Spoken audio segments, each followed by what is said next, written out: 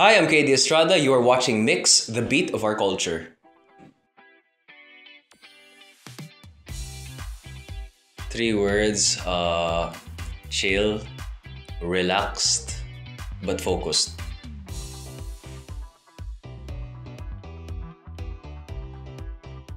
Hindi ako artist, what would I be? Either a businessman or pilot. Yeah, business. Baka sa fashion ako. Kasi it's in our family din. My dad's a businessman, my mom's a businessman. Wag lang yun. Siguro yung wallet ko.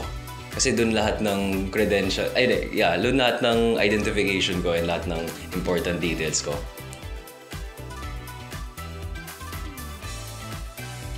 The title is Unloving You. It was under Easy Ferrer. It was a I Want na short series. And I played the role of Jam. Naalala ko pa yun. Siya yung kabanda ni Loisa dun. Yan. Yun yung first eksena na... Ayun, dun yung sa series na yun. Yan yung first eksena na nagalit ako. And it was quite an experienced actress. Si Loisa, parang pinaggagalitan ko siya. And that was my first time doing that kind of scene. And nagustuhan ng producer. Sabi ni Direk Easy na nagustuhan ng producer. So it really boosted my confidence sa pag-acting.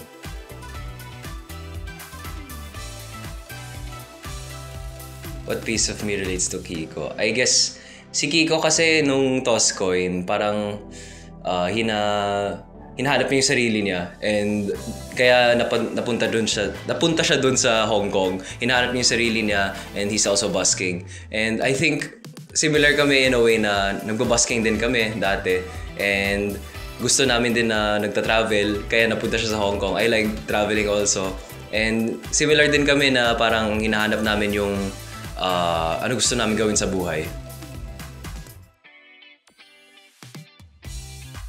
I guess relate kami sa characters niya yan kasi parang they were destined to find each other.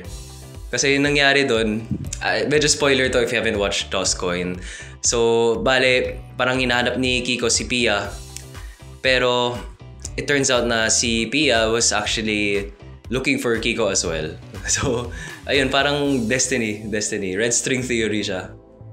Yeah, you guys can stream Toss Coin pala on YouTube. It's a collaboration between Star Cinema and the Hong Kong Tourism Board. It shows some places in Hong Kong na hindi pa nakikita ng mga tao masyado and very underrated din. And it's also directed by Direk Cathy.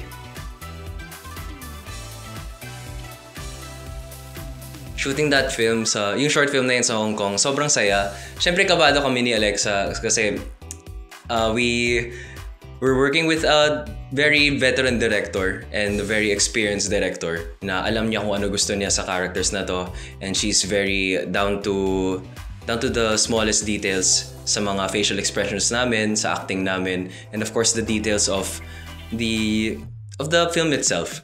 And sobrang kabado kami, pero happy naman kami na masaya si Direk Cathy sa outcome.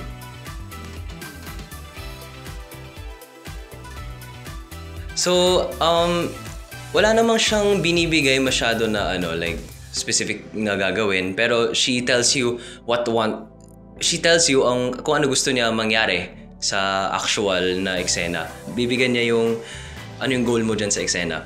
And she doesn't really tell you what to do, but she gives you pointers, she gives you support in your acting. Kasi there are times na it does get emotional, especially for Alexa's part, because hers is quite more emotionally deep as compared to mine.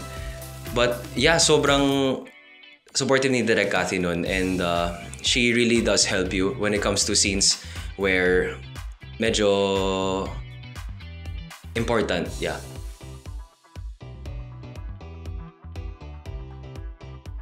Take things one by one, kasi kapag iniisip mo na parang ang dami kong gagawin, parang ma-overwhelm ka talaga.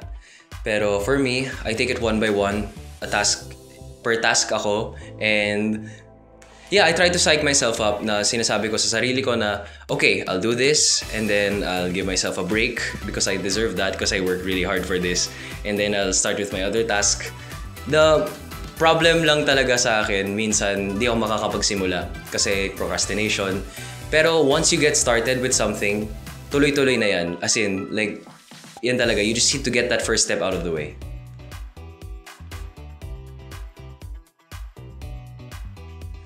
Give me your darkest hour. Give me your deepest fear. Just give me a call, and I'll be here. Give me the balls and chains that won't set you free.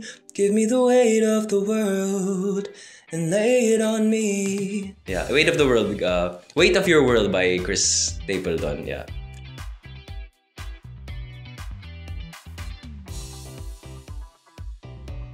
Coffee.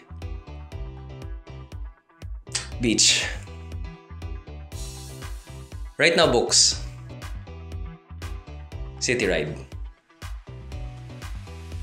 Summer. Both. I can't choose between them. But I have dogs, pero both. Savory. YouTube. Depende. Kung kakilala ko talaga, call. But if I don't really know the person, hindi kami close, or on a professional level lang, I prefer text. Sweatpants. I love being comfortable. Especially ako, matravel ako. Kasi I do out-of-town shows a lot. And yun, lipad din lagi. So you're always on an airplane. So sweatpants. Cake. Sunrise. I like seeing the sun in the morning. Medyo juxtaposition to, pero night owl ako. But I love seeing the sunrise. Small gathering. I can't handle big parties. Introverted ako. Ever since. But I just learned lang to extend my social battery a bit more. Kasi kasama yun ito sa trabaho kung gusto mo maging artista. Depends. But plain. Comedy. Wine. Can't handle beer. Sobrang nakaka-bloat. Play a guitar. In-store shopping. Singing. Sunny days. Burgers. Sa ngayon, board games. Mas na-enjoy ko. Theme parks. Suitcase. Pop music.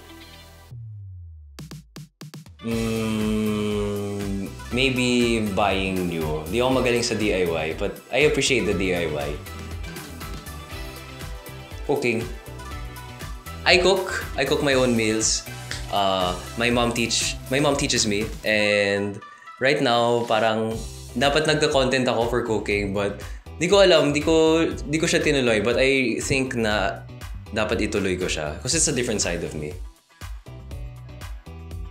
Casual hangouts. Lifting. Staying in. Netflix and chill. Pizza Friday. Ang awkward ng silent disco, no? I think karaoke night, yeah. Siguro teleportation, di na ako malilate niyan. Kasi taga Paranaque ako. Yung work natin, puro QC or like North. So, I prefer the teleportation. Flying cars, wala nang traffic.